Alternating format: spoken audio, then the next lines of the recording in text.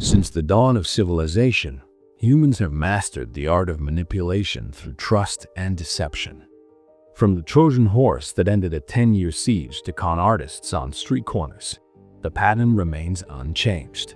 Humans build trust, they establish a pattern, and then exploit it when the target is most vulnerable. The First World War was a machine of destruction, grinding men into mud and smoke. By 1917, few places were deadlier than Vimy Ridge. The land was nothing but craters, broken wire, and shattered trees. A perfect laboratory for psychological warfare that would mirror the very tactics used against retail traders today. On a cold night, Canadian soldiers crouched in their trench, watching the German line across no man's land. The battlefield was so close and so quiet that sometimes they could even hear the enemy talking. The Canadians had an idea rooted in humanity's oldest manipulation tactic, the false gift. They began tossing tins of corned beef into the German trench. At first, the clinking metal made the Germans dive for cover, thinking it was a grenade. But when one brave soldier pried it open, he found only food. Relief spread, then laughter. Hunger, the most basic human need, turned suspicion into gratitude. Soon, voices called back across the dark, asking for more. Night after night, the Canadians kept it up, just as merchants have done in bazaars for thousands of years, just as modern market makers do with retail traders. They sent biscuits, food, and small supplies. Slowly, a strange kind of trust grew between enemies across the mud. The same trust that forms when new traders see a few winning setups and believe the market is being generous. Then came the trap, executed with the precision that separates predator from prey throughout human history. One night, instead of food, the Canadians packed grenades into those same tins. The weight felt the same, the shine of the metal looked the same, and the Germans couldn't tell the difference. Just like retail traders can't distinguish between a genuine breakout and a false one designed to trigger their stop losses. The tins clattered into the trench. German soldiers reached for them eagerly until the explosions tore the night apart. The laughter was gone, replaced with fire, smoke, and panic. Trust turned to chaos in an instant, just as trading accounts can be wiped out in minutes when the trap finally springs. And that is the eternal lesson, carved into human DNA through millennia of survival. Predators always disguise their attacks as gifts. On the surface, the offer looked the same. It felt safe. It felt familiar. But beneath it, a trap was waiting. The same trap that has separated the clever from the naive since humans first learned to deceive. Markets work in exactly the same way because they are run by humans who understand these ancient patterns of manipulation. What looks like an opportunity is often bait. What feels like a gift is sometimes a setup designed by those who have studied human psychology for profit. And unless you understand the psychology behind these traps, the same psychology that has fooled humans for thousands of years, you will end up reaching for what looks like corned beef, only to find out too late it was a grenade. This video is about trading psychology manipulation and how understanding the timeless patterns of human deception can help you outsmart the market makers who profit from your predictable reactions. Before we dive deeper, we have a quick ask. If you find value in our videos, please like and subscribe to our channel. It's the best way to support the channel, and we genuinely appreciate it.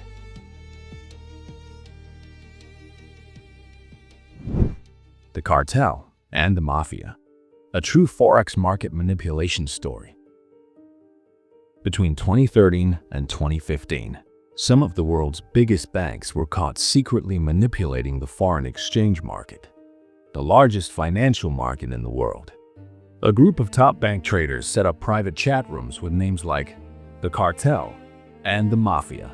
Inside these exclusive groups, they shared confidential client order information, joked with each other, and carefully planned their moves. The scheme worked like this. At certain times of the day, known as fixing times, Currency exchange rates are set based on current trading activity. These benchmarks are used globally to price contracts, manage portfolios, and settle huge financial deals. The traders coordinated their buying and selling just before the fix to nudge the market in the direction they wanted. By doing this, they could push prices up or down artificially. That meant ordinary traders, funds, and companies ended up with worse exchange rates, while the banks pocketed billions in profits. When regulators eventually uncovered the scheme, it was exposed as one of the biggest financial scandals in Forex history. Several banks were fined heavily, but the manipulation had already shown just how much power a handful of insiders could have over a $5 trillion a day market. Understanding the psychology of the market maker. If you have ever felt like the market is moving against you on purpose, you are probably not wrong. To understand why, you need to see the game from the other side, through the eyes of market makers and big institutions. Their tools, their timeframes, even the way they think about risk, are nothing like what the average trader has. While retail traders stare at charts, market makers stare at order flow. They see in real time where the big buy and sell orders are waiting, where clusters of stop losses sit like flashing targets.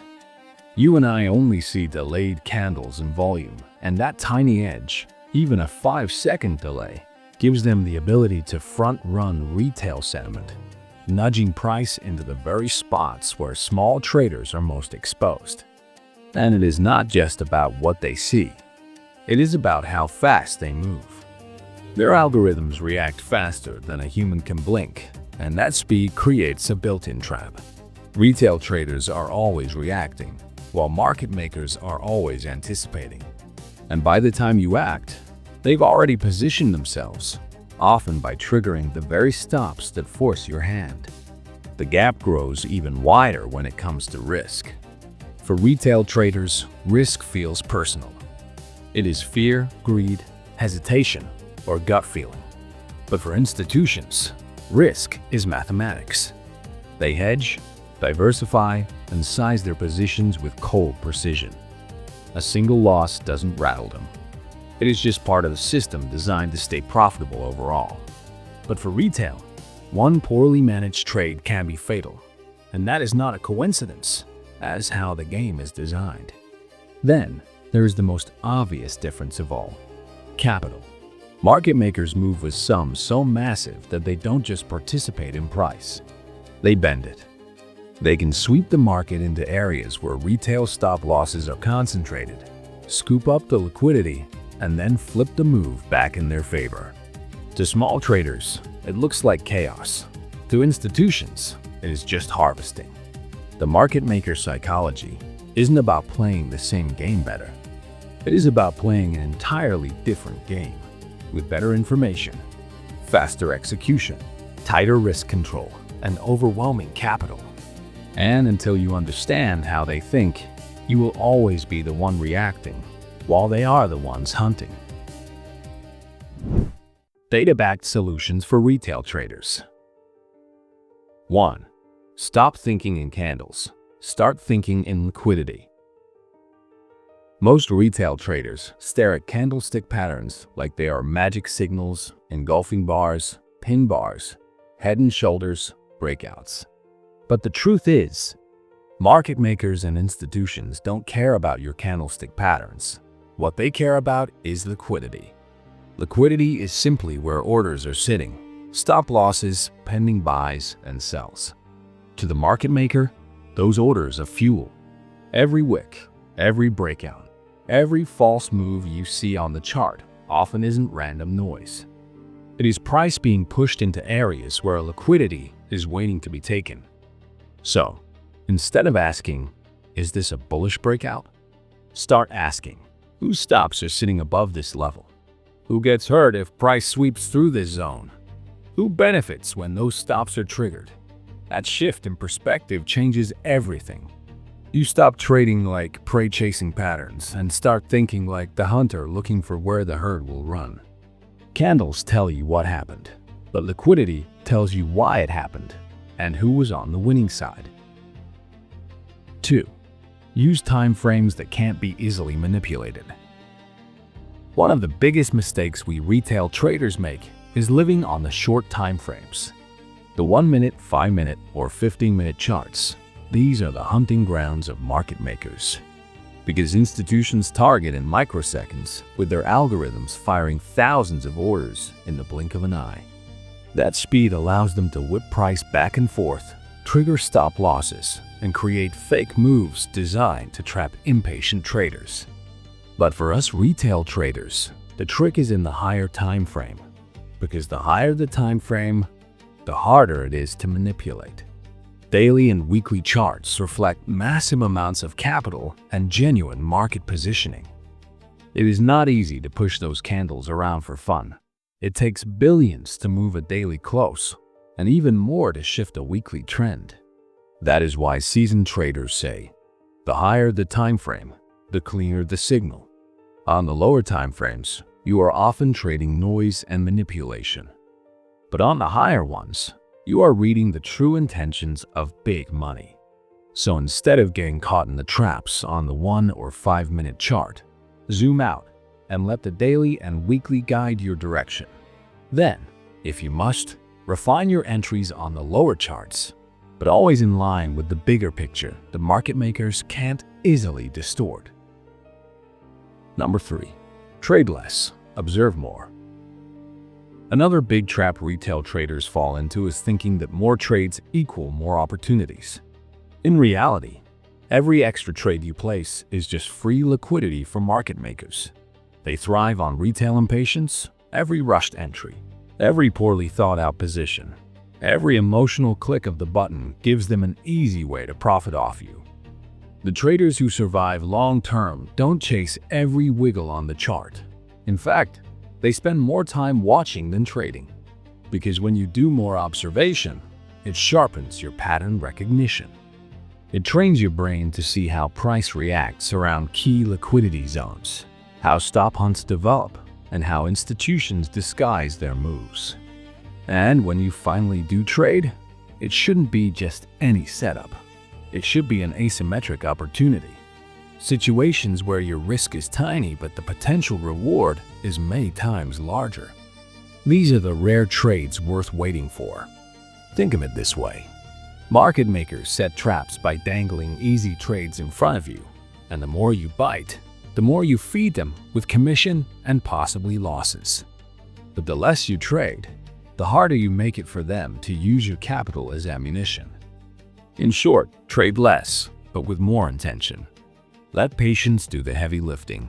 It starves the trap machine and gives you back control. 4. Think in probabilities, not stories. Most retail traders fall into the trap of telling stories about the market. They will say things like, "This breakout means the market is bullish," or "This candle pattern proves the trend is reversing." These stories feel good because they give us certainty. But markets don't run on certainty, they run on probabilities. Institutions don't care about stories. They don't ask, is the market bullish or bearish? They ask, what are the odds this setup works, and what happens if it doesn't? That is the key difference. Professionals don't need to be right every time. They just need their winners to pay more than their losers cost. So instead of asking, what does this pattern mean? Start asking, if I'm wrong, what is the cost to my account? If I'm right, is the payoff large enough to justify the risk? Do the probabilities favor this setup, or am I forcing a story? The moment you stop trying to predict the market and start weighing probabilities, you step out of the retail trap. The goal shouldn't be about being right. It should be about being profitable over time. The world will always disguise traps as opportunities. That hasn't changed since Vimy Ridge, since the Trojan Horse, since the cartel banks rigged Forex rates in secret chat rooms. The lesson is simple. Don't be the soldier reaching for the wrong tin. Protect your capital. Trade with patience. Think in probabilities, and learn to see the game for what it is, not what you want it to be. Because in the end, The only traders who survive are the ones who stop playing the victim and start playing the hunter. Before you go, make sure you also check the description and join our Telegram channel. That's where I share deeper insights into trading psychology that don't always make it into these videos. And listen, if you've ever felt like the market is playing tricks on you, you're not alone. But don't walk away from your trading dreams just yet. In this recommended video, I've broken down the 5 essential rules that have shaped my own journey. Lessons carved from both hard losses and hard-won victories. If this video gave you value, do me a favor. Hit that like button, leave a comment to share your thoughts, and subscribe so you don't miss what's coming next. I'll see you in the next one.